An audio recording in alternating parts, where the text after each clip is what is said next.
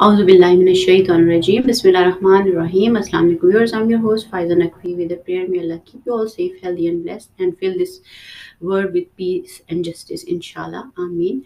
Today, the topic we are about to discuss 2024, which has been announced by our Prime Minister Rishi Sunak, and soon the Parliament will dissolve like on 30th May as well. So we need to see like who should we vote and what should we look for. Is that really matter anymore? Are they going to really meet the expectations and aspirations of the people of this country? And as we also know that and understand from the facts that and the polls we usually get within the country from different resources, that labor is about to win, for instance. So when we all know that labor is about to win, so what we should expect from them, for instance, is that going to help the country or not? Is that going to bring any change, or and how it would help towards the situation in Palestine and Gaza, and especially the announcement of this election is in the middle of, you can say, a genocide which is happening now in Palestine. And we still had a time until like in January it was supposed to happen, but Rishi Sunak has announced this election very soon, like before that time. So why did he do that, and who should we choose, especially the Muslim community and the community within UK who are Muslim and who cares about, even the non-Muslim who cares about human rights, human values? Is it going to affect their lives and going to improve it in any manner? We will think about it, and we will talk about it in further details with our prestigious guest. We will move on to them. We do have Sister Batul Subeti with us, who is a researcher, analyst, and a writer as well. And we do have Sister Arzu Mir Ali, and she is a researcher and a writer, and she is based in London, and she is an editor of the Long View Journal and one of the founder of Islamic Human Rights Commission, where she has been heading research as well. Thank you so much, sisters, for joining me today in this important on this important topic. I'm really honored to have you both on the show soon. Hopefully, maybe Musin Bhai will also join us on this topic. So, first of all, Sister Arzu, I will move on to you and would like to ask you, how do you see this announcement of the election in the middle of this genocide? Why do you think Rishi Sunak would have announced this earlier? Is it is it going to make any difference if it happens in January, and or it is going to make any difference as it is happening now? So how do you see the whole situation? Assalamu alaikum. Thank you so much for having me on the show. I'm very honored. In terms of your question, see, I can only speculate, but based on sort of the conversations that are going around in political circles and kind of quote unquote observers of what's happening, ironically, and it is deeply ironic given that this government clearly does not care about Palestine or Palestinians and has been involved in their dehumanization that has allowed this genocide to happen. I do believe that there is a certain amount of feeling that right now Labour is very unpopular because of its stance on Palestine, and to call the election now in this kind of sick and twisted way, the Tories may benefit from this disillusion with Labour. So it doesn't mean that they will win, but that the actual amount of loss may be mitigated and that there may be potential to have, if either a small majority for Labour, or even I think a win for them would be having a hung parliament, right? Now that is probably rather optimistic on their part, but I can understand why they've done that.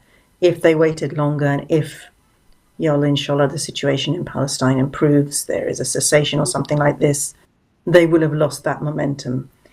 But that said, as you have mentioned, the polls, it doesn't look highly likely that it's going to have a significant impact. And we can talk about this further in terms of how the Muslim vote may or may not be able to affect the outcome of this election.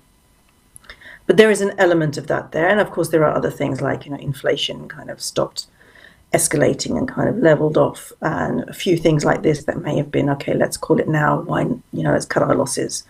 So I think it is a case of, a cynical best case scenario for them, which I think they know, given the amount of sitting MPs who are saying they're no longer going to stand, that they realise that it doesn't mean a win, but it just means less of a disaster, if at all. Yeah, that's a really important point you have mentioned. So we can say like conservatives are like kind of taking it as an opportunity, and they're using this time to use it in their favor. So what are your thoughts on the whole situation, Sister Batul? How do you see this election thing? And do you think is that a coincidence that elections are happening in USA, elections are happening in UK, and even in India soon? So do you think it's the coincidence, like people are being selected or being elected in the middle of like this genocide, and there is something bigger going to happen, and they might I mean, obviously, I am saying it hypothetically. It might not be true. Things might be different, and we might have to inquire them in depth. So, like whatever we know and we understand from the facts, given facts, and the realities we have around us. How do you see this situation, and how do you see this announcement at this time? Would it really help them, the Conservative Party, or how do you see it? Right. It's been clear so far that Israel, with all of its lobbying and its direct links and, all of its penetrative joints, within civil society, within governments, within the education sector, it's been very clear that the Israel lobby has not been successful in changing public opinion in the face of, you could say, the magnitude of atrocities that is happening on the ground in Palestine today. Most times, or at least prior to this war, we would have seen this, billion-dollar lobbying effect being so much more greater in terms of its influence, if you were to compare it with the events that are happening on the ground themselves. And previously, people would have been swayed to believe, other than the truth. For the longest time, Western lobbying has been very successful, and the wars that would happen abroad wouldn't have that same dent in terms of shaping the political course within Western establishments. But one can say for sure that what is happening in Gaza now is greater, in fact, than the lobbying effects, and that is what, for example, has primarily made someone like George Galloway successful in the parliamentary by-election in Rochdale. Not per se the fact that Rochdale, of course, it has a large Muslim population. There were large pro-Palestinian activism efforts. Yes, all of that had an effect, no doubt. But it's to say that the events on the ground in Palestine today are too huge to overlook. And because of that, you'd have someone like George Galloway, who maybe a decade ago, he stood up for the Respect Party, he didn't secure a seat, but today, for example, you see that in the by-election, he received 40% of the votes, and he overturned this Labour majority. That was the case at the 2019 election. So they were stating that, this was the first by-election in Britain since 1945 where, neither of the best performing candidates were from Labour, Conservative, or Lib Dem parties. So no doubt, in the presence of the magnitude of death and destruction that we're seeing, the echo throughout the West of what is happening on the ground that could lead to these kinds of results, where we are seeing a shift away from mainstream parties in British politics. And of course, as we know, Britain is simply a tale of America, and it's America that's leading this war. Ultimately, we need to take advantage of, this shift in public opinion that is happening, because we know that people have more impetus, they have more readiness to accept the direction against mainstream parties when that truth has touched the hearts of millions of people.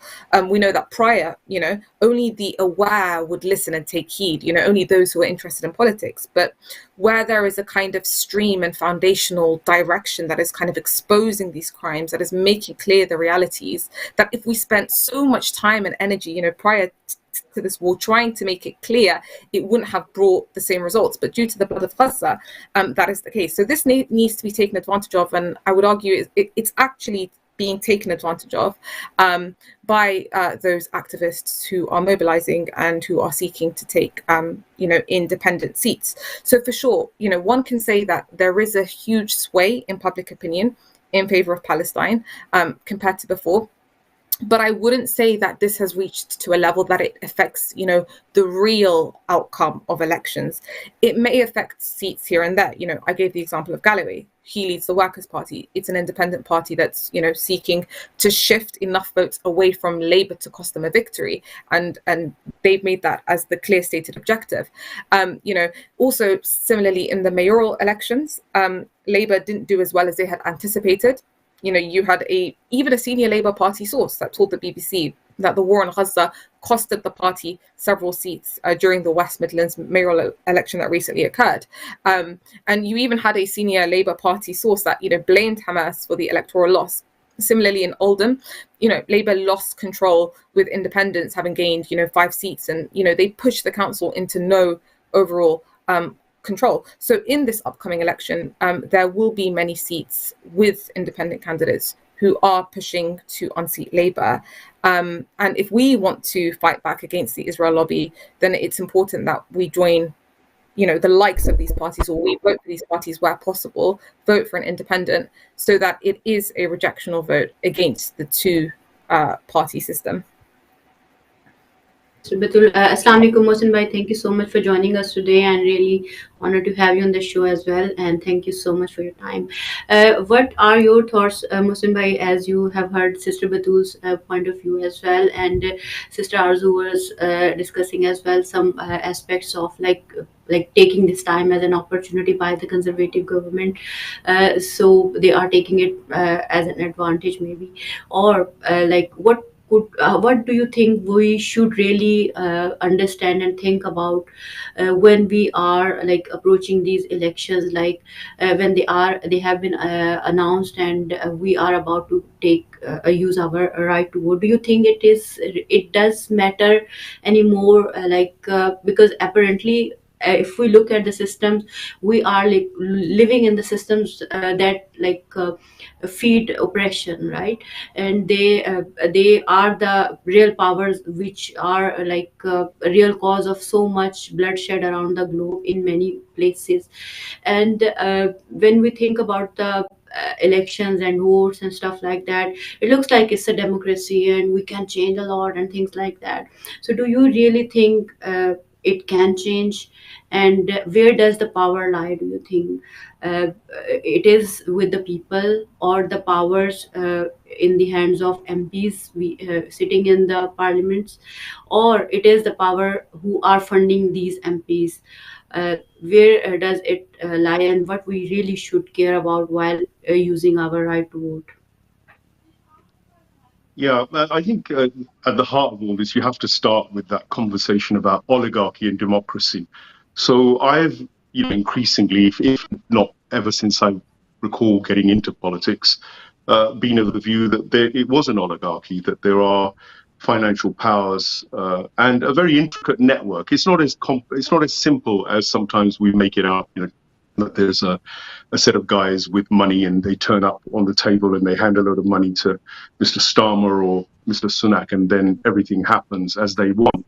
There are, of course, tensions. There is a whole exercise in trying to execute the management of such a large mass of people, 60, 70 million people in this country. It's not easy to dupe all of them through a simplistic mechanism. So there is a very sophisticated mechanism that is now systemically so corrupt and so efficient and well-oiled in terms of the way it operates its kind of control and hold on every institution in Britain. And it also exercises control over narratives, of course. Through that, it controls the media. I think something like 6 billionaires, Zionist billionaires, control British media, Rupert Murdoch and perhaps the Barclay brothers being 2 very obvious ones that I can name. If we moved on to the political parties, I think anybody with any common sense, any real political acumen understands that there is no difference between Keir Starmer and and Rishi Sunak and the two parties. If you look at their policies, what's the real difference, to be fair? They're both totally committed to neoliberalism as a philosophy, secular humanist neoliberalism, which is a religion and a cult in itself, which is underlying and underpinning so-called secular freedoms and democracy.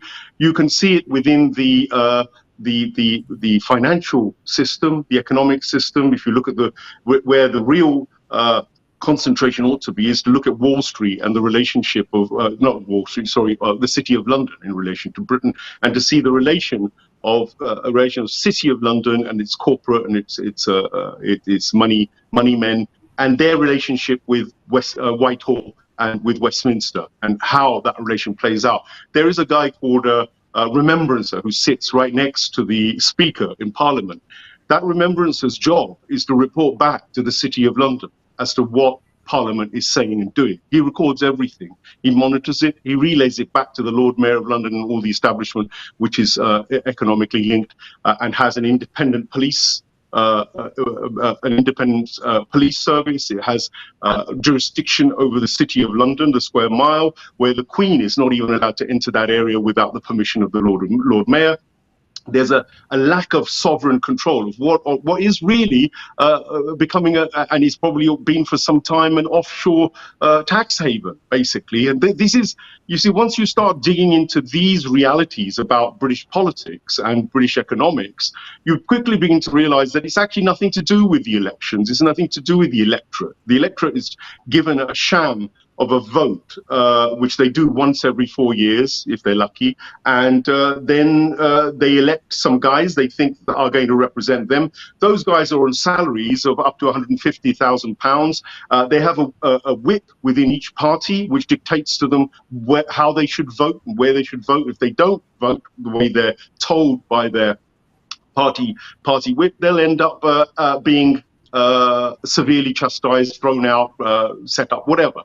So the reality is there's no democracy within the parties. There's no democracy given that we even have elections, because everything that happens in the election in terms of what the voters want can be totally reneged upon during the government's term in office. And even if they renege on it and the public gets to find out that they did renege on it, their option will be another party which is going to be equally under the control of the very same people who implemented those deceptive, corrupt systems and policies in the first place. So I'm afraid I've gone to the point where I'm probably sort of closer to the anarchists now in terms of what I think of British politics. And I think the whole thing needs to be ripped down, because there's not an ounce of honesty or integrity or reality within it. It's all an illusion.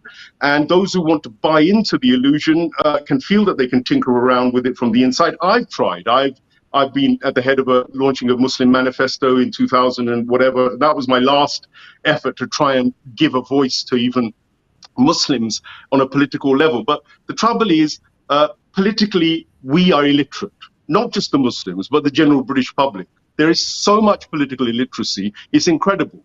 Because in schools, look at the fundamental other institution which also works with these political systems. It's the education system. Where is the political education given to young people? One of the most important things about their lives, and yet there's no even rudimentary teaching for most people about politics within the education mechanism, let alone an advanced teaching. Where's the economic teaching? Economics is not even taught to most kids, so they don't even know the basics. And if you're devoid of the political and the economic realities, and then on top of that add to it what neoliberalism is now pumping up in the education systems, which is to put political agendas and narratives like gender fluidity, LGBTism, feminism in its kind of feminazi mode. So many things are being engineered by, again, those same forces through NGOs and also through the complicity of politicians, as well as the complicity of the institutions within the establishment. I'm afraid Britain is just one major example of an absolute failure in any kind of credible political environment. It is, I think, it is part and parcel of the problem. It is not the solution. And I think that one of the things that you can do, the avenues you can take, and I heard Sister Batul talking, and at the end of the day, when you become this kind of radical in terms of assessing the problems that exist, and they're so deep-rooted and so so fast that you come to the conclusion that you have to basically withdraw consent. You've got to stop collaborating and cooperating with as much of that system as possible. That's the real solution, ultimately, and to create parallel systems and solutions and parallel institutions. But is that going to happen? Of course it's not going to happen. It's because the people are too politically illiterate and they're too scared of destroying a system which is fundamentally actually oppressive towards them, because this very system is unfair and oppressive to the weakest in this society as well. The evidence for that is there for everybody to see: the breakdown of the NHS, the lack of concern about supporting that, the overinvestment in weapons and arms industries, the foreign policies, which no doubt you've talked about before I've come on here. So I could go on all night about what is abysmal about our so-called democratic system and how undemocratic it really is, and what an entire shams. But I'll shut up now, because I think we could probably come up with some other solutions in due course. If people want to feel a little bit better about themselves, yes, there's the Reform Party, I believe, and I've just been called upon yesterday in Watford, where one of my old friends said, look, I'm standing as an MP, but I've decided to go with George Galloway's party, and would you be my social campaigns manager? And of course, me being the kind of the radical anarchist I am at the moment, I sort of had to giggle, because I thought, well, he's my friend and I'm going to do it for him because it's that. And for the next 4 weeks, I will now campaign to see that he can get in and put in at least the ideas of the thoughts of some kind of just alternative or some sort of vision for the British people, which really gives them their power back, because power has been totally taken away from the ordinary masses, and it now lies in the hands of billionaires and trillionaires and these kind of corrupt career politicians. And that's what we need to look at, is the career politicians, also the triumvirate of media, bankers and the politicians together. That chummy relationship that's going on between them, that needs to be broken up. There needs to be greater investigation and scrutiny about that. So to be honest with you, I would call an entire inquiry on the British democratic system if it was down to me. It's not going to happen, but people need to resist in whatever way they feel is correct. They need to divest. They need to, withdraw consent. They need to put spanners in the work of the system. They need to speak up more loudly, push out those narratives in social media as well as in their own backyards. And no matter how crazy you might look doing it or sound doing it, I'm afraid that's the call, and that's what needs to be done. Thank you. Sister Arzu, what are your thoughts? What Mohsin Bhai has said, what do you think? Like, who should we vote?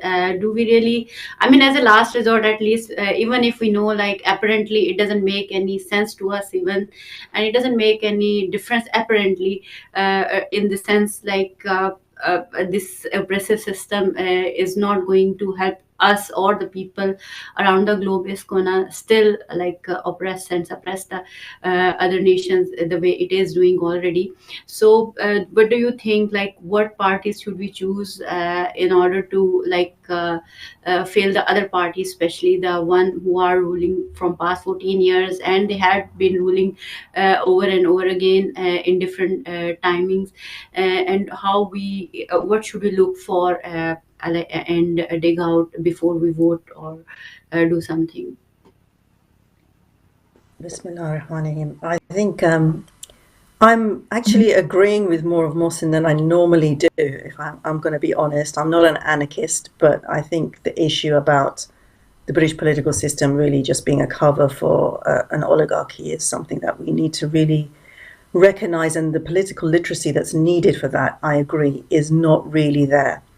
And I think those of us who, will be voting, and I'll be honest with you, I don't know if I'm going to vote or if I'm going to spoil my ballot, honestly speaking.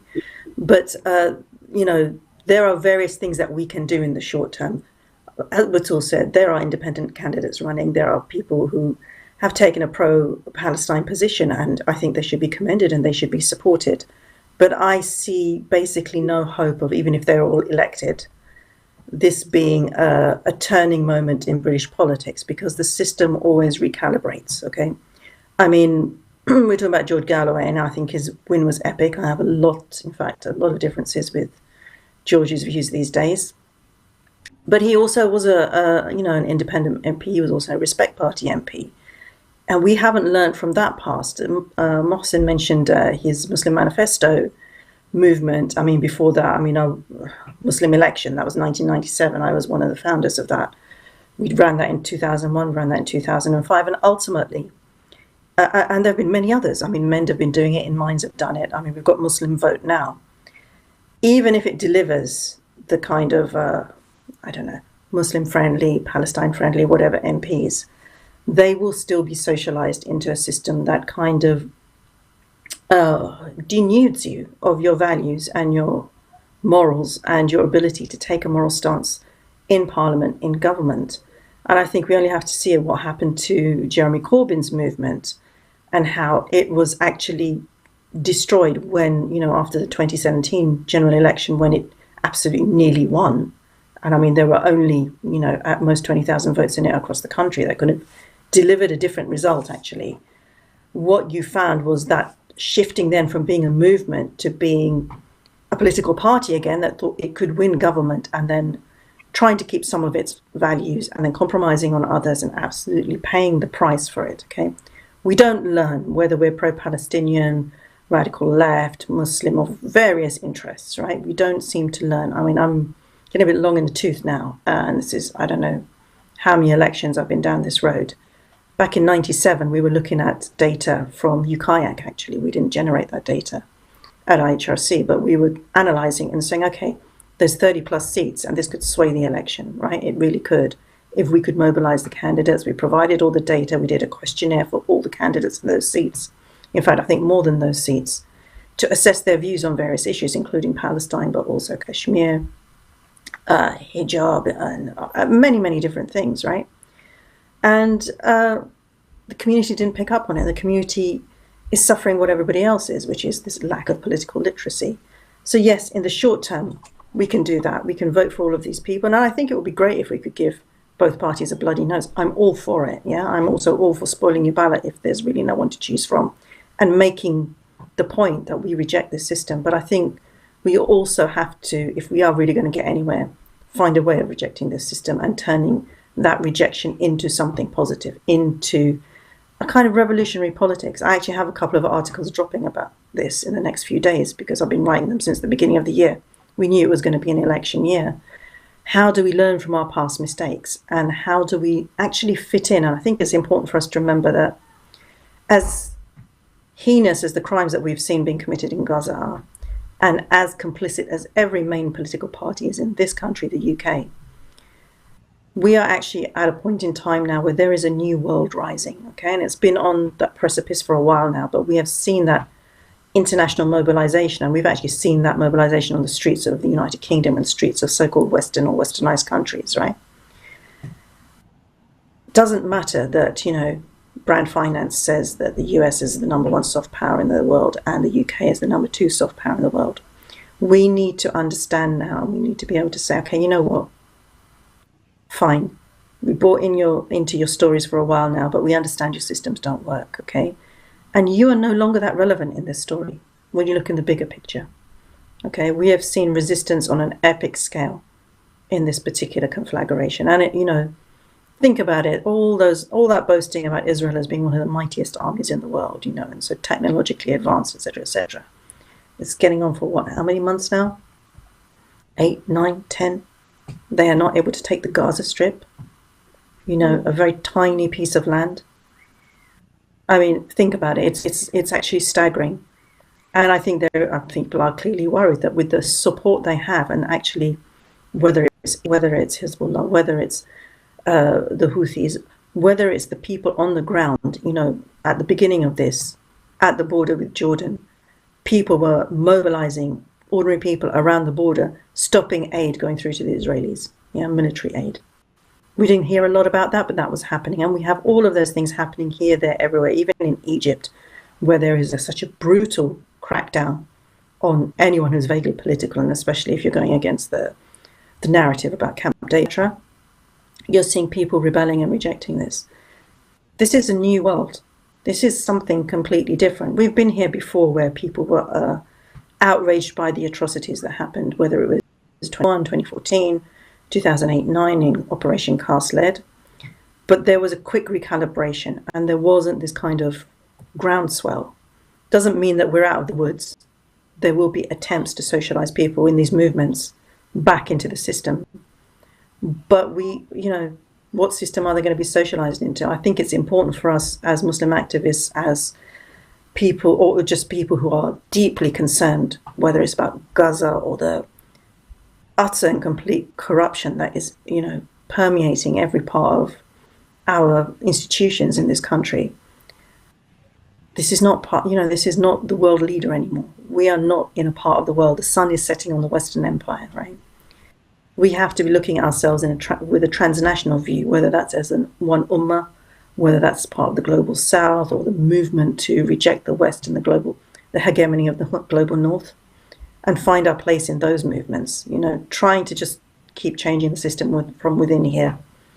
I mean, my parents' generation tried to do this, their parents' generation tried to do this, and they, in many ways, we can look back and go, they were complicit, this, that, and the other, but they had a very clear understanding of what the British were like. They were coming out of direct colonialism. Those of us who came from a South African heritage anyway, right? They knew the beast they were fighting, and I've been quite depressed for years, actually, that up-and-coming generations don't seem to understand that. They've sort of internalized the idea that the system is neutral, and if we only took part in one way or the other, we could fix it from the inside. No. By all means, use it to create that kind of upset, that statement, that bloody nose to Sunak, Starmer, and whoever else, Davey and whoever else are all just towing the line of their, political or financial or whatever masters. But let's think of something different now. And it's not going to be easy, and there are no easy solutions here, and nobody's got a blueprint. But we have to get off this kind of one-track record of, it's the elections, we've got to vote tactically, we've got to do this, we've got to do it. It hasn't worked. And it hasn't worked not only because we didn't listen to our previous generations and learn from that, which is something we still need to do. And there are some good examples along the way, but it's not going to work because of the system itself. Not if we want to stay as principled people, not if we want justice in this world. Sister Batul, what are your thoughts as Sister Arzu has mentioned some aspects of this system, and this is something we all need to think about. Do you think our young people, especially from the universities, colleges, or the youth recently is understanding this fact, the one which is being mentioned by Brother Mohsin and Sister Arzu? Do you think that they are politically well aware than the generations we used to have, or something like that? And what sort of difference do you see they can create if this political awareness is improved, and what we can do about it? And final thoughts on who should we vote so that anyone who is listening who would look at when they go for a poll, at least we can resist in whatever manner and in whatever way available to us. As a sister has mentioned that she is writing some articles about it as well, so we'll be hopefully reading them soon as well. So what are your collective thoughts on that? Sister Arzu and Brother Sayyid Mohsin Abbas have said, to all the viewers watching, please do not vote Labour. They are not the lesser of the two evils. I would implore the viewers to watch the Labour Files. It is an investigation that is, based on the largest leak of documents in British political history. I wanted to add some point as well of how about the Muslim parliamentarian who are from Labour and are still in Labour after everything is happening in Gaza.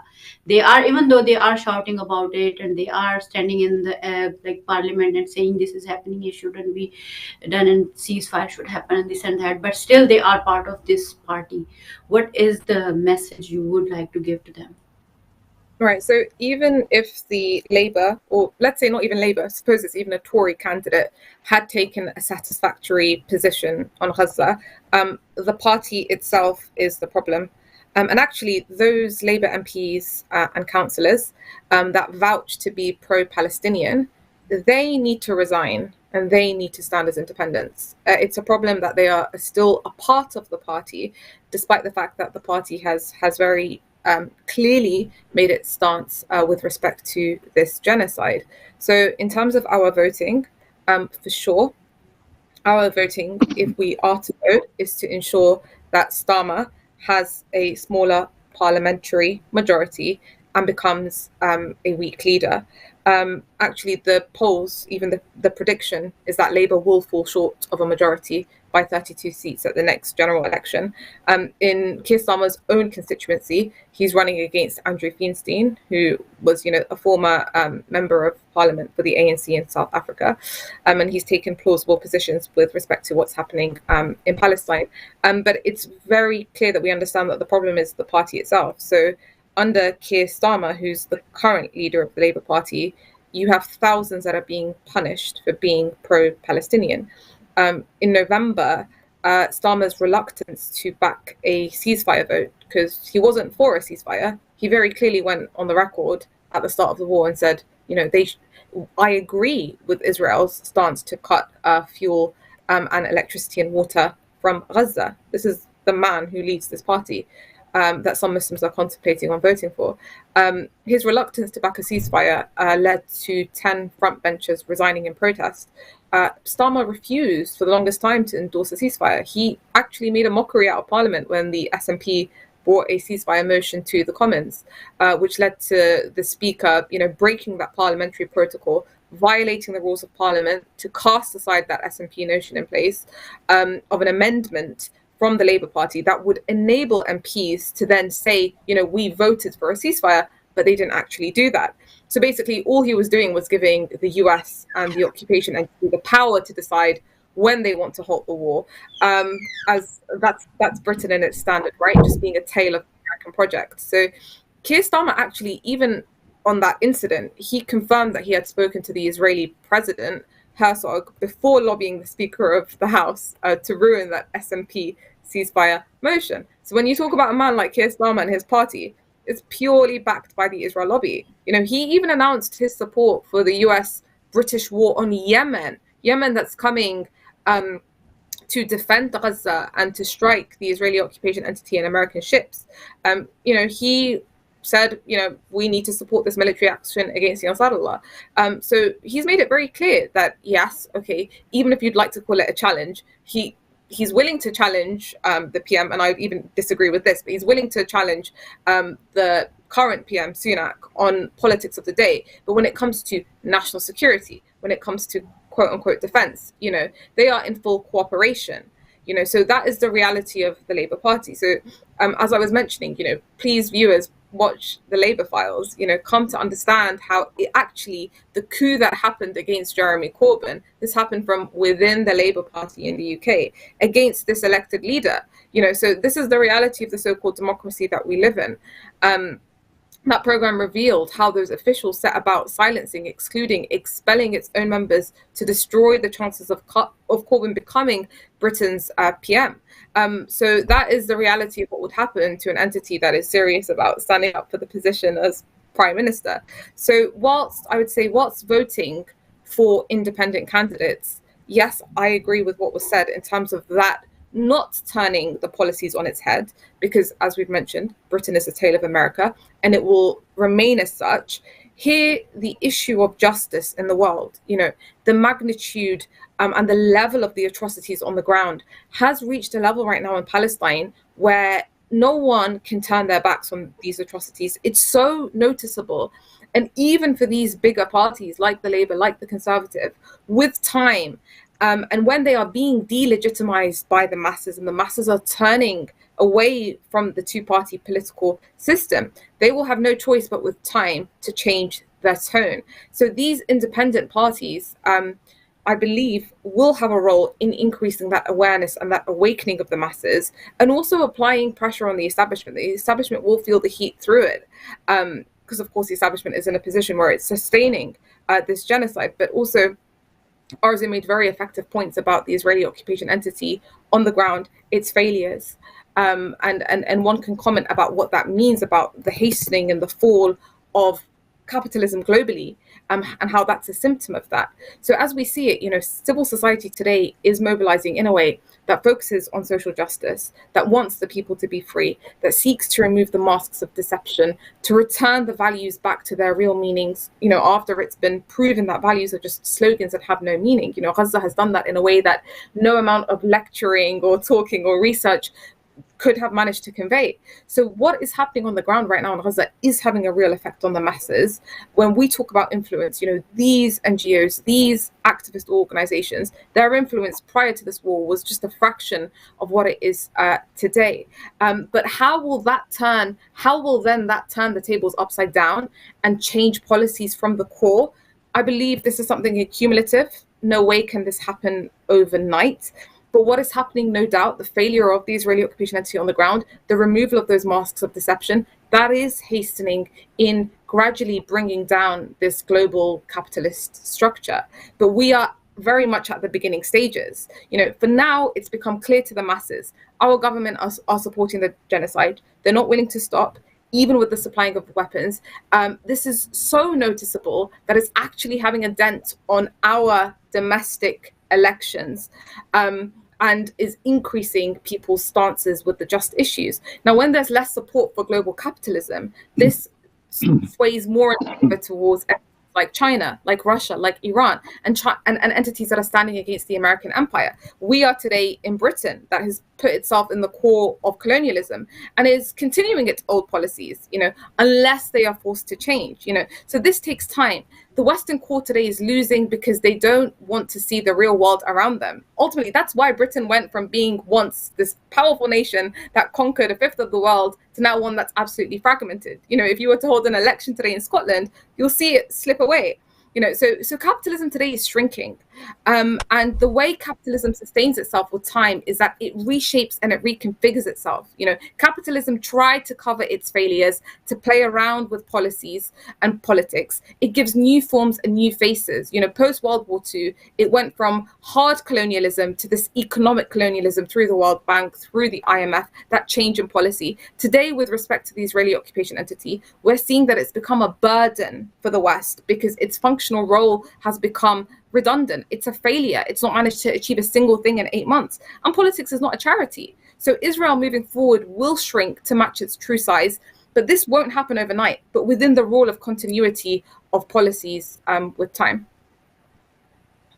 Thank you, Sister Batul. Mohsin bhai, we are just left with like 5-6 minutes more. So if keeping that time in view, if you can conclude the whole discussion and what is the right message you would like to give, especially to the people who are Shias and Shias of Ahl Bayt and who are still joining the Labour Party with pride and who are working for them and stuff like that, and even the other parties as well, for example. So what should we do in these circumstances? What is the best, even if like we want to participate in politics to, for example, make a difference or whatever? So what is the best way to do that? And collectively, what is your message about the whole discussion? Well, I think we've got some great examples. And first of all, Arzu and Batul have made some excellent, points and real good, evaluations. But if I was to now come at things from a spiritual perspective, I'd first of all draw on the lives of Imam Ali alayhi salam, perhaps Imam Hassan alayhi salam, Imam Hussein alayhi salam, and all the Imams, in fact. And if we went to that, for instance, as a source of looking at how the resistance to a wicked imperialism, which had exactly the same values as we see today. The Yazids of today are no different from the Yazids in the past, in reality. So how did they react? Well, Imam Ali himself, when he was, divested, or when his leadership or wilaya was usurped, definitely told the truth, definitely spoke truth to power. He definitely stood up and according to the realities of the situation, lodged his complaints, but he also knew that given the overwhelming majority or power or the violence that was potentially going to be perpetrated by those who were desperate for power at that time, he chose that it wasn't right to enter into a war or a conflict which would have undermined the overall good of Islam in that situation. So I think taking a leaf from that book, given that, first of all, we ought to look at the values that we have and be very careful and very understanding of our political moral values and align them with those which connect to Ahlul Bayt and the Holy Household itself and the Prophet Muhammad. So be much more educated about what our political moral values should be, what our morality is in that, and what our ethics in politics should be. So clearly one of those things says you can't have an ethics which says you totally align yourself with an oppressor or with violent individuals or the kind of corrupt individuals that are and institutions that are running British politics today. So first of all, I'd be able to justify my stand and say I shouldn't really collaborate or cooperate in any way or shape or form with these people, knowing fully well that they are pretty much evil to the core. Now, the next thing, and the system is as well, and the next thing is, what do you do? Well, what did the Imams do? By and large, they stuck to telling the truth. They seemed to be able to negotiate a space where they were able to, operate with that truth. They consolidated through education people's moral values. They educated people about what the truth was. Fundamentally, that's what Imam Ali alayhi salam certainly seems to have done all through his period when he wasn't in those first three caliphates. He didn't completely reject the system. There are cases where Khalif Umar came to him for advice on the battles of Qadisiyah, and he asks whether he should go to war or whether he should stay behind. And then Imam Ali says to him, look, stay as the axis, as the polar axis, rather than wandering around in war zones. And so you can see that there was this reliance, and Omar himself says that I would have died had it not been for Ali, because he advises on jurisprudential issues and many issues in which he had no wisdom or knowledge. So it does seem as though Imam Ali alayhi salam looks at the overall good of the people and tries to play a role in which he can act as a guide, as a man who could give an alternative through his own practice. So what he did, how he behaved, what his political stances were, what his advice was, I think always aligned with the Holy Quran. It always aligned with the values and the ethics and the morality of the divine. That's the first thing we've got to ensure in this scenario, even though we're in a land which now ostensibly is majority atheist and secular, humanist, or whatever you want to call it. It's no longer got really what I'd call Judeo-Christian values, let alone Muslim values anymore. But still, as a Muslim in this scenario, you mustn't shift away from your principles. That's the first thing. Now, second thing is building alternative institutions. So what do I mean by that? Of course, think tanks have to exist where we're much better with our political strategy development and making. I know Arzu and the guys at IHRC, etc., do elements of that work. But how much do you expect one organization to do? By now, we should have evolved a specific think tanks for specific issues, whether it's education, it's politics, and we should have policies evolved, clear-cut policies which state what the morally sound direction is, and we should have thought out how to implement them. So in an education scenario, we ought to be able to evaluate what is wrong with the education system. Why is it producing drone-like, politically illiterate, economically illiterate, spiritually illiterate young people, basically? We should be providing an alternative curriculum. So at least it's on record as to what we think. And we ought to perhaps also be implementing it in some of our community centers, some of our schools, and somehow showing also the models and showing that they work. Because you can't just tell people, oh, it's rubbish, you've got a neo-imperialist system or a sort of a Zionist imperialist mechanism which is dominating you, and tell them to reject it and then have nothing as an alternative. I mean, you have to offer something. So on every level, that gives us the task to actually get off our whatever priorities we've got and say, actually, we need to present a vision. We need to present a prophetic vision of politics and economics, and it's not just about giving lectures about the past and about history and about doing our prayers and the wazifas and the ziyarats, which is the culture that we seem to veer towards by default. Where is the Muslim alternative? And you don't have to package it as a Muslim political alternative. You just have to live it. And if your system is better, so that, for instance, instead of saying we buy into all these corporate processed food systems, for instance, which they impose on us through the supermarkets and through the mechanisms of feeding that they do.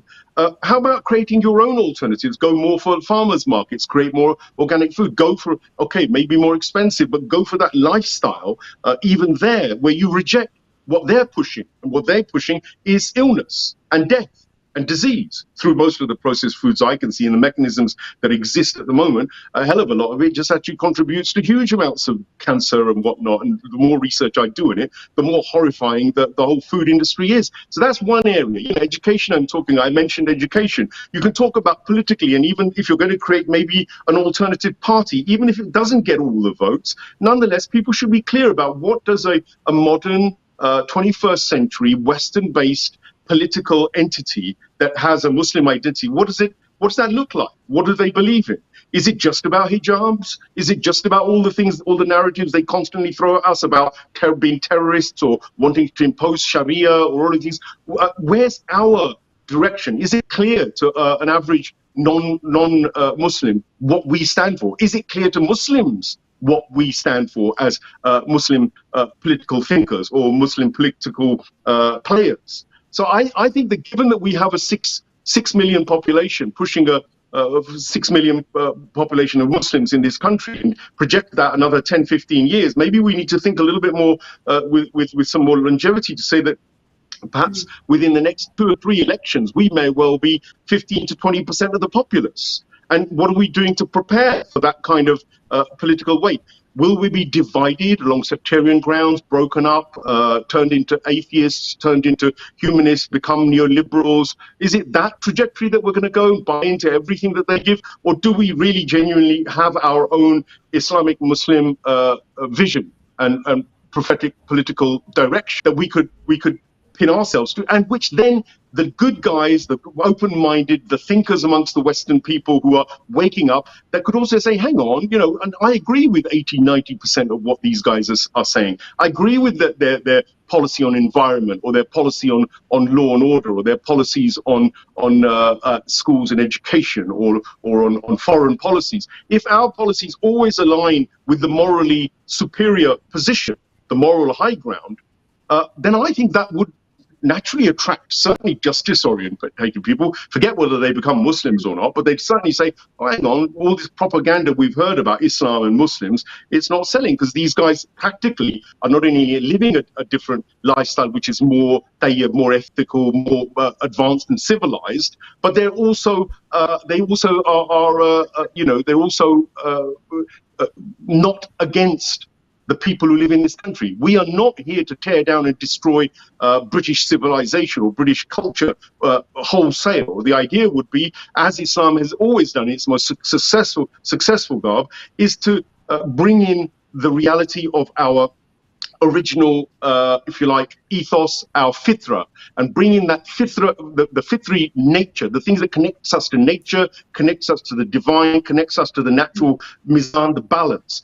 I think that requires a lot of work. It requires a lot of think tanking. It requires some of our best minds to get involved. It requires finance, most importantly, as well, for backing researchers like Arzu. There are academics like herself and many others, but all these guys would be capable of carrying out research. But you cannot expect people to voluntarily go out and work for 3 years on a particular project to come up with solutions and not have anything to give them a subsistence during that time. So our financial bigwigs in the Muslim community, instead of spending the money in some of the directions they do, which are all replicating each other a lot of the time, I think we need to invest in the human capital, into the resources we have of the most intelligent thinkers within our communities, and get them to look at things perhaps in conjunction with some of the best ulama.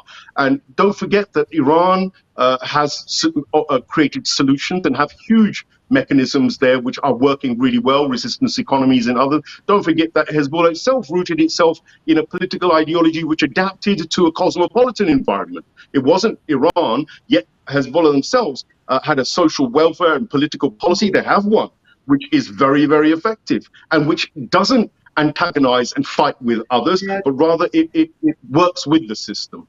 So there are solutions. Thank you so much. I'm really sorry to stop you here because it's now 8 o'clock, so I'll have to take a leave now. But I'm really honored to have you all on the show. Thank you so much. The most important message for today is if you want to vote, vote and do it. Stand in favor of resistance and resist all the bad things they are bringing up to us, and educate yourself and your environment and work hard towards the change. And for change, you have to think about it from a prophetic vision and then work for it. Thank you so much for joining us today, and I'll see you inshallah next week, and I'll take a leave now. Have a great evening. Allah Hafiz. Allah Hafiz.